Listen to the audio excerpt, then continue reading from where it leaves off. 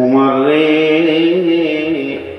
তোমার সামনে অতি সত্তর একটা দিন তত্তর করে আগিয়ে আসছে, যেদিন তুমি ক্ষুদ্রতম নেকি করো চাই গুনাহ করো, সেটা বহির প্রকাশ ঘটে যাবে। হযরত তোমার টুকরে কাঁদতে লাগলেন, টুকরে কেঁদে উঠলেন বাচ্চা ছেলের মতো, দিয়ে বললেন, আমি অনেক ভয় পেয়ে গেছি, আমি এখন কাঁদছি, তোমরা কেউ আছো আল্লাহর কালাম বাদ দিয়ে আমার কান্নাটা বন্ধ করে দিতে পারবে? আল্লাহর কালাম বাদ দিয়ে আমার কান্নাটাকে বন্ধ করতে হবে, কেউ আছো? একই কণ্ঠ আবার ভেসে আসছে, বিসমিল্লাহির রহমানির রহিম, লা তাকনাতু মির রাহমাতিল্লাহি। উমর, তুমি নিজেকে বঞ্চিত করো না, হতাশা হয়ে যেও না আল্লাহর রহমত থেকে।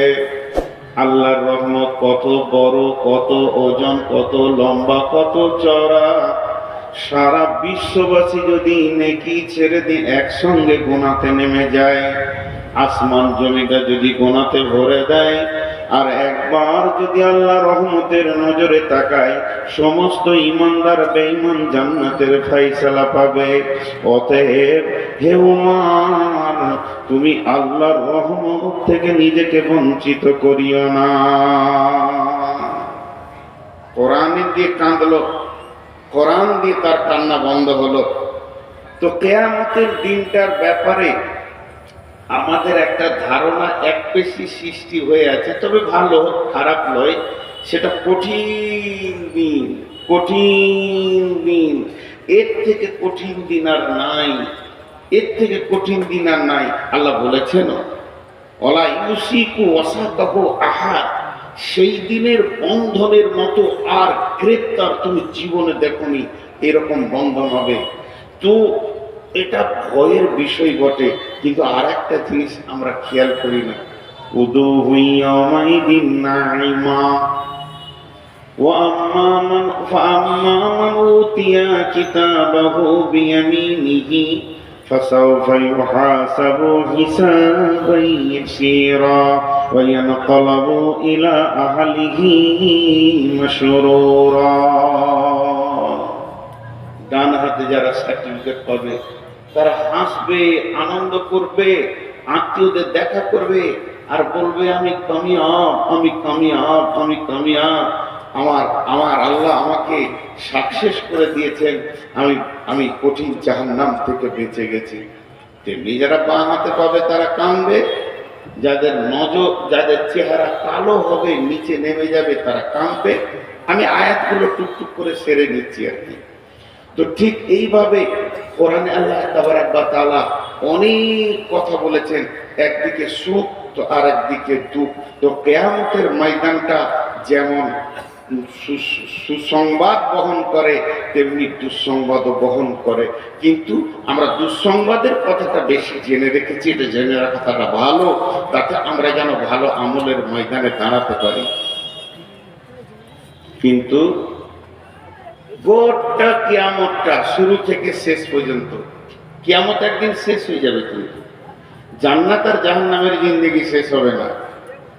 কিন্তু গোটা কিয়ামতের ভিতরে আপনার আমার দিলের তাসাল্লি দেবে, সান্ত্বনা দেবে, দিলকে ঠান্ডা করবে, এরকম কোন জিনিস আছে কিয়ামতের ময়দানে? আছে, চারটা আছে, চারটা গুনে নেন। তার মধ্যে আজকে একটাকে বিস্তারিত বলবো আর তিনটে গুনিয়ে দিব।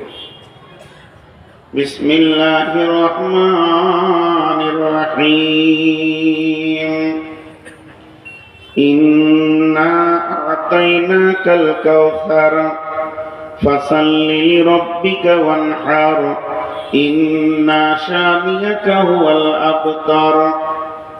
কিয়ামতের ময়দানে হাউজে কাউসারটা রয়েছে সান্ত্বনাদায়ক জিনিস, নিজের পিপাসা মেটানোর জিনিস। এটা আমার রবের তৈরি পৃথিবী, মানবের নয়। কিন্তু ওই হাজে কাউসারটা আমার রব হাদিয়া করে দিয়েছেন, তোহফা দিয়ে দিয়েছেন তিনার নবীকে। সেটা কন্ট্রোল করবেন কে? আখিরি পয়গম্বর নবী মুহাম্মদুর রাসূলুল্লাহ সাল্লাল্লাহু আলাইহি ওয়াসাল্লাম। সেই হজ কাউসারটা গোল নয়, সেটা লম্বাও নয়, চৌকান্না হবে। আপনার নজর এক প্রান্ত থেকে আর এক প্রান্ত দেখতে পাবে না, কিন্তু বিরাট লম্বা চওড়া, ওখানে আকাশের তারার মতো অসংখ্য পেয়ালা জুলজুল করে ভাসবে। চারিদিকে ফেরেশতার সিকিউরিটি দেওয়া থাকবে, আল্লাহর হুকুমের সিকিউরিটি থাকবে। অন্য কোনো দিকে পানি পান করা যাবে না। আল্লাহর নবী একই দিকে পানি পান করাবেন এবং উম্মতের হাতে পানি তুলে দেবেন। ওই পানিটার লাভ কি? ওই পানিটার ফজিলত কি? ওই পানিটা পান করলে আপনার আমার কি উপকার হবে? যতক্ষণ পর্যন্ত জান্নাতের চৌকাটা না চেঞ্জ করব, যতক্ষণ পর্যন্ত জান্নাতের ভিতরে না ঢুকবো, আর আমাকে পিপাসা লাগবে না। এই হজে কাউসারটা আমার রব তার নবীকে আতা করেছেন, তাকে হাদিয়া করেছেন। বিশ্ব নবী কাউন্টিং করবে, তারপরও সে ফেরেশতার সিকিউরিটি থাকবে। দুই দিকে কলাক্সিবেল গেটের মতো পর্দা থাকবে। আল্লাহর নবী যাকে উম্মত ভাববেন, উম্মতের প্রতীক চিহ্ন পাবেন, তার হাতে পেয়ালা পানি ধরিয়ে দেবেন। যাকে তিনি উম্মত মনে করবেন না বা উম্মতের কিছুই যার কাছে পাওয়া যাবে না, ওই লোকটা যখন যাবে পানি পান করতে, বিশ্ব নবী জীবনেও কাউকে রেগে কথা বলেননি। সেই দিনই বলবেন, সোহকান সোহকান লিমান গায়রা মিন দীনি, সোহকান সোহকান লিমান বাদদালা মিন দীনি। তুমি আমার সামনে থেকে সরে যাও, আমার আনিত আদর্শ আইডিয়ালকে তুমি চেঞ্জ করে দিয়েছো, বদল করে দিয়েছো। তোমার সঙ্গে আমার কোনো আত্মীয়তা নাই। নবী উম্মত, উম্মত নবী যে একটা সম্পর্ক, এটা বাতিল ঘোষণা করা আছে তোমার সঙ্গে আমার। অতএব তুমি আমার কাছে পানি পাবে না।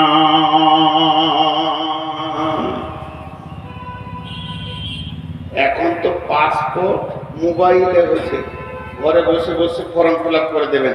এক যুগে কলকাতায় যে ফর্ম ফিল আপ করতে হতো, সেই যুগে পাসপোর্ট করেছি।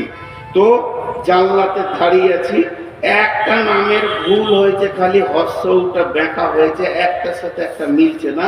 তো ভিতরে যে কোন ফেরেশতা আছে, ও বলছে তোর এটা মেল হয়নি। তা আমি বলছি স্যার আর একটা ফিল আপ করি। তার আগে দুদিকে দুটো পুলিশ বলছে হট তোর হয়ে গেছে। ভাবলে না যে লোকটা কত কষ্ট করে এসেছে বর্ধমান থেকে, আবার দ্বিতীয় সপ্তাহে গেলাম লাইন দিয়ে।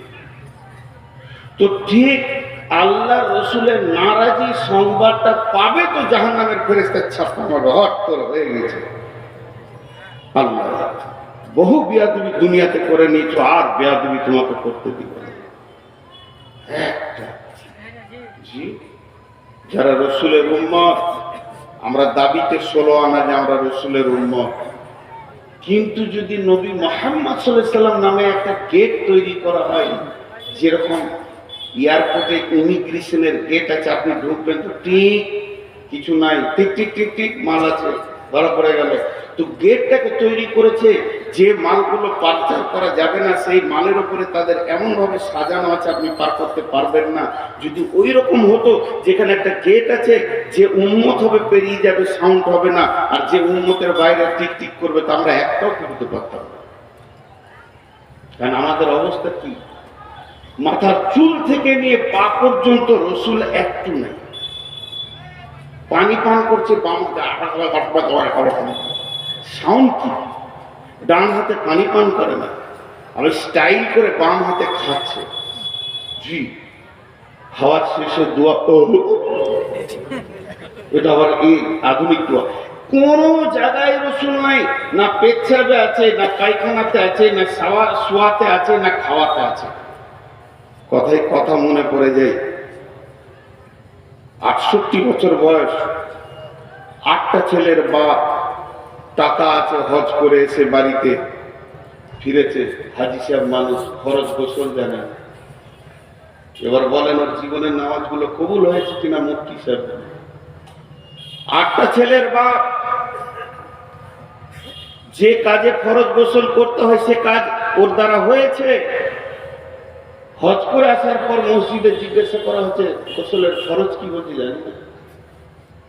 বলুন ওর জীবনের নামাজ আর বাইতুল্লাহ থেকে এসে কি হালাতে, সেটা পাক হালাতে না না পাক হালাতে। আজকে আমরা রসুলের কাছে পানি পান করব, হবে না। কিন্তু পানিটা বড় সান্ত্বনাদায়ক জিনিস।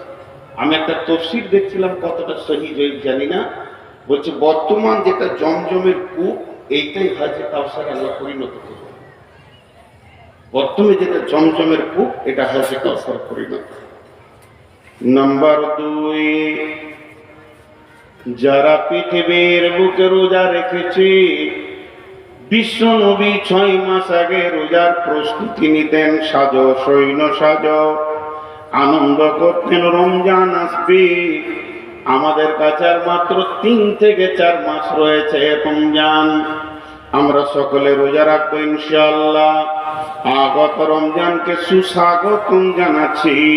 যারা রমজান মাসে রোজা রেখেছে তাদের সব থেকে কিয়ামতের মাঠে বড় উপহার স্বয়ং আমাদের রব আল্লাহ রোজাদারদের মোলাকাতে কিয়ামতের মাঠে আসবে। কিয়ামতের মাঠে রোজাদাররা আল্লাহকে দেখবে। হাজি ভাই, যার কাছে আমার জীবনের সমস্ত মানদণ্ডের হিসাব, জান্নাত জাহান্নামের ফয়সালা, যিনি আহকামুল হাকিমিন, যিনার কোনো পরামর্শদাতা নাই আর প্রয়োজনও নাই, যিনার কোনো উকিলের প্রয়োজন নাই, তিনি যদি সমস্ত জাহান্নামীকে জান্নাতে দিয়ে দেয় তো কেন দিলে কথা বলার কারো ক্ষমতা নাই। সেই রকম মাবুদ আপনার আমার মোলাকাতে আসবেন এই রোজার কারণে। রোজা ছাড়বো ইনশাআল্লাহ, রোজা ছাড়বো না রোজা রাখবো? রোজা রাখবো ইনশাআল্লাহ। নাম্বার 3, ইয়াউমা তারাল মুমিনিনা ওয়াল মুমিনাতি ইয়াসআ নূরুহুম বাইনা আইদিহিম ওয়া বিআইমানিহিম বুশরাকুমুল ইয়াউম। কিয়ামতের মাঠে সর্বপ্রথম যেটা মানুষের প্রয়োজন হবে সেটা আলো। তার কারণ কিয়ামতের ময়দানটা অন্ধকার হবে, সূর্য থাকবে না, তারা থাকবে না, নক্ষত্র থাকবে না, বিদ্যুৎ প্রকল্প থাকবে না, জেনারেটর থাকবে না, মোমবাতি থাকবে না, জোনাকি পোকা থাকবে না। যে উপকরণ দিয়ে আমরা আলো পাই এগুলো একটাও থাকবে না। কিয়ামতের ময়দানটা চমকাবে একটা আলোতে। ও আশরাকাতিল আরদু বিনূরি রাব্বিহা, আমার রবের নূরে কিয়ামতের ময়দান চমকাবে। তবে তার ও নূরের ভিতরে থাকবে কুদরতি ক্ষমতা। বেঈমানরা সে নূর দেখতে পাবে না। যে বেঈমানরা এই পৃথিবীতে মসজিদের দরজা দেখেনি তারা কোনোদিন সেই নূর দেখতে পাবে না। ওই দিন নূর দেখবে কে? ওই দিন নূর দেখবে যে 5 ওয়াক্ত সালাতে হাজির দিয়েছে। ইয়াউমা তারাল মুমিনিনা ওয়াল মুমিনাতি ইয়াসআ নূরুহুম বাইনা আইদিহিম ওয়া বিআইমানিহিম বুশরাকুমুল ইয়াউম। তিরমিজি যখন পড়ছিলাম একটা হাদিস পেয়েছিলাম যে এই হযরত আবু হুরায়রা উযু করছে, তেমনি করে পানি নেই, মানে এই পর্যন্ত টানছে। এই পর্যন্ত কোরআনে আছে ফাকসিলু উজুহাকুম ওয়া আইদিয়াকুম ইলাল মারাফিক, এই পর্যন্ত ও একটু বেশি করে টানছে। হযরত উমর রাগী মানুষ, দেখতে দেখতে, আর ই যত রাগী তত নরম, জীব যত নরম দাঁত তত শক্ত, থাকে পাশে পাশে। ঠিক আবু হুরায়রা আর হযরত উমর দুটি পাশে পাশে, মহব্বত খুব, কিন্তু খুব নয়। উমার দেখতে দেখতে বুঝে, তুই কতটা পানি টানছিস, যেই ওই পর্যন্ত, আর ও ঘাড়ে ধরেছে, বেশি বুঝিস তো কোরআন, তোকে বেশি বুঝতে হয়েছে। বলে কেন ছাড় ভাই? বলে ছাড়, তোকে ছাড়বো, রসুলের কাছে নিয়ে গিয়ে ছাড়বো তোকে, নবীজির কাছে নিয়ে গেছে। তা আবু হুরায়রা নরম মানুষ, খাবো, এই ছাড়ো ছাড়ো। কি হলো? ইয়া রাসূলুল্লাহ, উজুতে হাত কতটা দেবো? এই কোনায় পর্যন্ত, মারাফিক এই কোনায় পর্যন্ত। তখন বলছি কতটা টানছে দেখেন, এই পর্যন্ত। যে নবীজি বললেন, আবু হুরায়রা তুমি কি কোনায় থেকে আরো বেশি টানছো? বলেছি হ্যাঁ। পারমিশন দিল কে? তখন আবু হুরায়রা বলছেন, দয়ার রাসূল গো, আপনি বলেছেন উজু করার কারণে উজুর জায়গাগুলো কিয়ামতের ময়দানে নূরে ঝকমক করবে। আমি সেই জন্য উজুর পানিটা একটু আগে বাড়িয়ে নিচ্ছি, আমার নূরটা যেন আরো বেশি হয়ে যায়। আল্লাহর নবী বললেন, উমার রে ছেড়ে দাও, ওর তো উজুর নিয়ত নয়, নূর বাড়ানোর নিয়ত। উজু তো হয়েই যাবে। তাহলে উজুর পানির ভিতরে রয়েছে গুণ। যে উম্মত উজু করলো না, যে গোলাম উজু করার মতো কাজ করলো না, সে মাবুদের নূর কিয়ামতের পাঠে পাবে না, অন্ধকারে থাকবে। কিন্তু যারা নামাজ রোজা করেছে, ও আশরাকাতিল আরদু বিনূরি রাব্বিহা, আমাদের রবের নূরের তাজাল্লিতে কিয়ামতের ময়দান ঝকমক করবে। একটা মজার কথা আপনাদেরকে বলে দিই। সবাই জমা হচ্ছে এখানে, দিয়ে মাদানী ভাই বড় বড় গরু এনেছে, স্পেশাল মাছ, ইনশাল্লাহ পেট ভরে খেলে ডায়রিয়া, অর্ধেক তেল অর্ধেক চর্বি। সবাই আমরা বসে গেছি, কিন্তু ধান্দা তো ওইদিকে লেগে আছে যে কখন ডাক পড়বে। এটাকে উদাহরণ দিচ্ছি। কিন্তু আপনি গেটে ঢোকার সঙ্গে সঙ্গে আপনাকে টিকিট দিয়ে দিয়েছে, এখনো খাবার ডাক পড়েনি। টিকিট পেয়েছেন মানে আপনার থালা লেগে গেছে। কথাটা বোঝাতে পারলাম? তো কিয়ামতের মাঠে আপনি যখন উঠবেন, এখন বিচার হবে, ফায়সালা হবে। কিন্তু যদি আপনার উজুর জায়গাতে নূর লেগে গেছে মানে আপনি বুঝলেন যে কাজ হয়ে গেছে। কোরআন বলছে, ইয়াওমা তাবিয়াদ্দু উজুহু ওয়া তাসওয়াদ্দু উজুহু فأما الذين ابيضت وجوههم ففي رحمة الله هم فيها خالدون। সেই কিয়ামতের দিনে কিছু চেহারাতে নূরে ঝকমক করবে, আর কিছু চেহারা কালো হবে। তবে যাদের চেহারাতে নূর লেগে যাবে, হিসাবের আগে তুমি বুঝে নাও তুমি আল্লাহর রহমতের আয়াতভুক্ত চলে এসেছো, তোমার আর চিন্তা নাই। অতএব মুসলমান, কিয়ামতের মাঠে আল্লাহর নূর এবং দিদার যদি নিতে হয়, নামাজ আর রোজা দুইখানা ইবাদতকে মজবুত করতে হবে। চারটা সান্ত্বনাদায়ক জিনিস বলেছি, তার মধ্যে তিনটে বলা হলো। একটা হচ্ছে কাউসারের পানি, একটা আল্লাহর দিদার, আর একটা হলো আল্লাহর নূরের তাজাল্লির জ্যোতি। তিনটে বলা হলো, একটা বাকি আছে, এইটি বিস্তারিত বলবো। আর একটা কি আছে? মনের সান্ত্বনা, দিলের তাসাল্লি দেওয়ার মতো। থাকবো কোথা? গাছ থাকবে না, পালা থাকবে না, ছাদ থাকবে না, মাথার উপরে সূর্য থাকবে, মাটি তাঁতা করে তামার মতো জ্বলবে। কিয়ামত এই মাটিতেই হবে, যেটাতে আমরা বসে আছি, এই জমিনই কিয়ামত হবে। তাহলে যাব কোথা? নদী নাই, নালা নাই, পুকুর নাই। এক কথায় বুঝলেন, এই রুটি মা বোনেরা যে রুটি সেঁকে খোলাটা, ওই রকম গোল পৃথিবীটা একটা খোলার মতো হয়ে যাবে। উঁচু নিচু, আপার ডিপার, পাহাড় পর্বত, নদী খাল বিল, কিচ্ছু থাকবে না। 40 বছর পৃথিবীতে শূন্য অবস্থায় পড়ে থাকবে। অনুফিকা ফিস সূরি ফাসরিকা মান ফিস সামাওয়াতি ওয়া মান ফিল আরদি ইল্লা মান শাআল্লাহ সুম্মা নুফিকা ফিহি উখরা। যখন দ্বিতীয় সূর ফোঁকা হবে, এই মধ্যখানে 40 বছর একদম কইলেন হয়ে যাবে।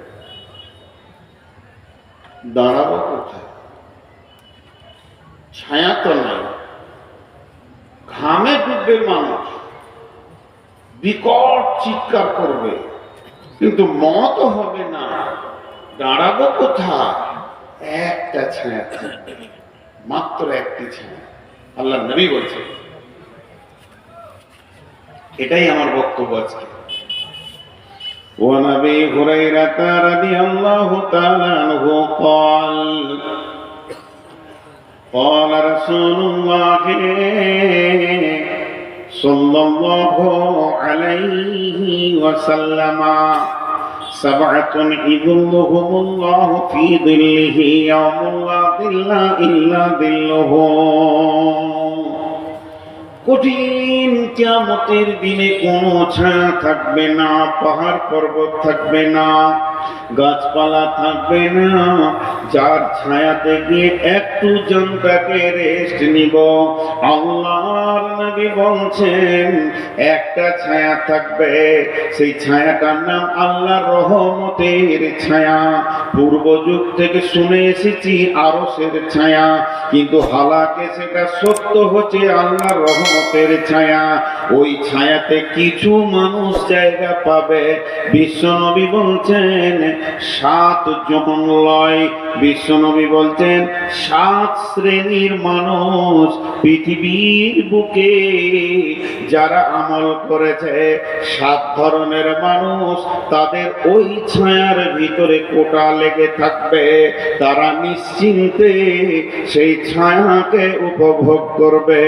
একে তো হাজে কাউসারের পানি পেল, আর আল্লাহর রহমতের ছায়া পেল। মানে এখানেই জেনে নিতে হবে পৃথিবীর এসি ফেলিওর হয়ে যাবে। সেই ছায়াটা কেমন হবে? এটা বৈজ্ঞানিকের তৈরি এসি যদি এত শীতল হয়, এত মনোরম হয়, মনোরঞ্জন হয়, আমার রবের ছায়াটা কত মনোরম মনোরঞ্জন হবে, কত সুন্দর হবে। সেই রবের আমার রহমতের ছায়াতে জায়গা পাবে। কে বলছেন? কে বলছেন? বিশ্ব নবী বলছেন। কে পাবে রে? 1 নম্বর তুমি এসো, 2 নম্বর তুমি এসো, 3 নম্বর তুমি এসো। এই বলে তাদের কোটা লেগে যাবে, জায়গা পেয়ে যাবে। এই পৃথিবীর বুকে যারা 7 রকম আমল করেছে, একজনই যে 7 রকম করেছে তা নয়। যে আমলগুলি বলা হয়েছে, এই গুণ যার ভিতরে একটা থাকবে, ও আরশের ছায়াতে বাস করবি।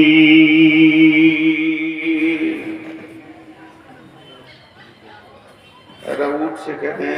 12টা যে বাজে নাই বাপজি। এরা বলছে তুই থাকবা, তোর বাপ থাকুক, আমাদের আরশের ছায়া দরকার নেই, পেট ভরে বসছি সেগুন পর। জি, রাগ করিয়েন না বাপ, যা আল্লাহ সহি সালামতে বাড়ি পৌঁছিয়ে দেয়, যেন রাস্তায় কোনো অসুবিধা না। জি, এটা শীতের সময় তো, যারা সুগারের রোগী হয় তাদের অনেক রকম কষ্ট হয়, বয়স্ক মানুষ, ঘন ঘন পেশাব লাগবে। তো আমি আপনাদের সামনে সেই 7 শ্রেণীর গ্রুপটা আজকে বলবো। কিয়ামতের মাঠে যে সবটাই জান জ্বলে যাবে তা নয়, অনেক সান্ত্বনাদায়ক জিনিস আছে যেগুলোকে আপনাকে আমাকে গ্রহণ করে নিতে হবে। তার ক্যাপাসিটি রাসূল বলে চলে গেছেন, সেটা কোন ধরনের মানুষ ওই জায়গায় স্থান পাবে। নাম্বার 1,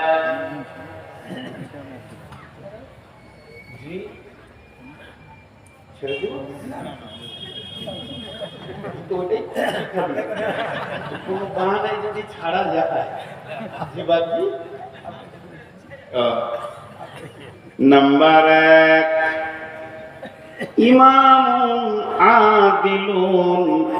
কথাটা ছোট কিন্তু কাজটা বিরাট বড়। ইমামুনা দিলুন ন্যায় বিচার করনেওয়ালা, পৃথিবীতে যে ন্যায় বিচার করেছে ওই বিচারক যে অন্যায় বিচার করেনি, নিজের আত্মীয় পার্টির লোক, নিজের পাড়ার লোক, গ্রামের লোক এইরকম ভেবে কথা বলেনি, কঠিন কিয়ামতকে সামনে রেখে কথা বলেছে, হক কথা বলেছেন, ওই ব্যক্তিটা ওই রহমতের ছায়াতে থাকবি। জি, বিশ্বনবী মক্কা বিজয়ী করলেন, প্রধানমন্ত্রী হলেন, ইহুদিদের এক মেয়ে চুরি করে ধরা খেয়েছে, ফায়সালা হচ্ছে তার হাত কাটতে হবে। যখন এই ফায়সালা এসে গেল, ইহুদিরা এসে বললেন, ইয়া রাসূলুল্লাহ, আমরা এখনো ইসলাম মানিনি, কোরআন মানিনি, তবে কোরআনের বিচার কেন নেব? আমাদের বিচারটা তৌরাত থেকে করে দিতে হবে, যেহেতু আমরা তৌরাতের আওতাভুক্ত নিজের জীবন চালাচ্ছি। কিন্তু তাদের জানা ছিল না আল্লাহর নবী একজন সাহাবীকে তৌরাতের পণ্ডিত করে নিয়েছিলেন, হাফিজ করে নিয়েছিলেন। নবীজি বললেন, ঠিক আছে, যাও তোমরা তৌরাতের পণ্ডিত নিয়ে এসো এবং মুজরিমকে নিয়ে এসো। তারা সেখানে এসে হাজির হলো। তারা তাদের হাফেজ গুলোকে বলতে বলতে এলো, তোদেরকে কিছু টাকা দেওয়া হবে, যে জায়গায় হাত কাটার কথা আছে ওই শব্দটাকে চেঞ্জ করে দিয়ে ওই শব্দটাকে বাদ দিয়ে লাফিয়ে তুই পড়ে নিবি, তাহলে আমার মেয়ের হাত কাটাটা বন্ধ হয়ে যাবে। সম্ভ্রান্ত ঘরের মেয়ে, এবার তারা সেই রকম টাকা হাফেজ তারা এসেছে। নবীজি বললেন, বলো চুরির শাস্তি কি তওরাতে আছে? ও পড়তে পড়তে ওই জায়গাটা যখন টপকে দিছে, আমাদের সাহাবীদের ভিতরে যে হাফেজ ছিল বললে, দাঁড়িয়ে যা, দুটো শব্দ বাদ করে দিলি, এটা করা যাবে না, মেয়েটির হাত কাটা হয়েছে।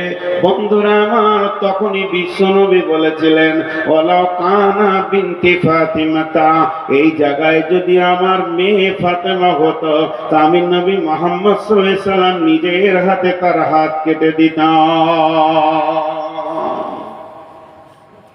জি ভাই, এখন ন্যায় বিচার পাওয়া গেছে পৃথিবীতে। জি, আফসোসের কথা বলবো, রসুল বলছেন, সাদাল কাবিলাতা ফাসিকুহুম জাকিমুল কাওমি আরদুলহুম ওয়া উকরিমার রাজুলু মাখাফাতাস সারহি জাহারাতিল কাইনাতু ওয়াল মাজিফু। এমন একটা জামানা আসবে রে, গায়ের নেতা হবে চোর, লম্পট, লুচ্চা, দাগাবাজ, বেঈমানেরা।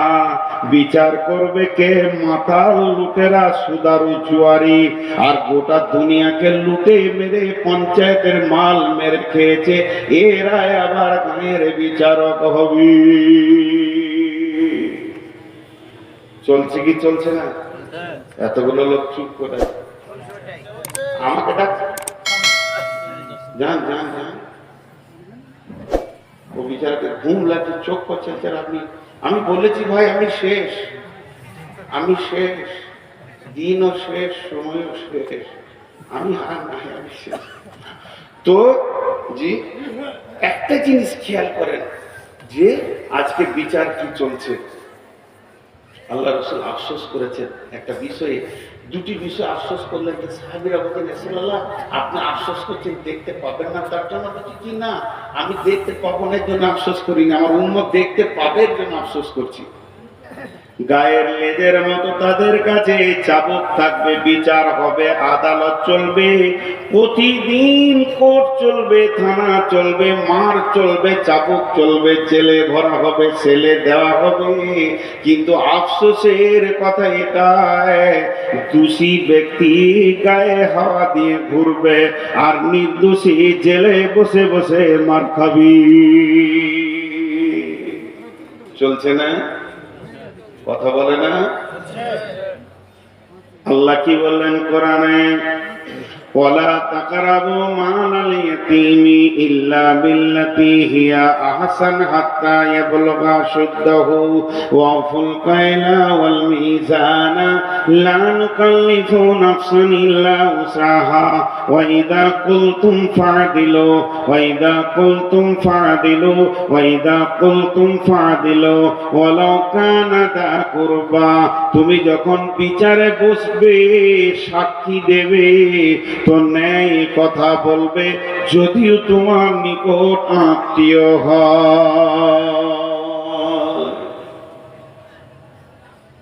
একটা ছেলে 4 চাকা গাড়িতে লাগিয়ে দিয়েছে মোটর সাইকেল, এইখানে উদাহরণ দিচ্ছি আপনাদের বর্জনলাতে। আর গাড়িটা আসছে কোথা থেকে? পাকুড় থেকে। সে গরিবের বাচ্চা বিচারাকে 400 টাকা দিয়ে বলেছে মালটা ঢেলে দিয়ে আজকে ঘুরে এসে খাবি। ব্যাগ তার চুন চুন করছে।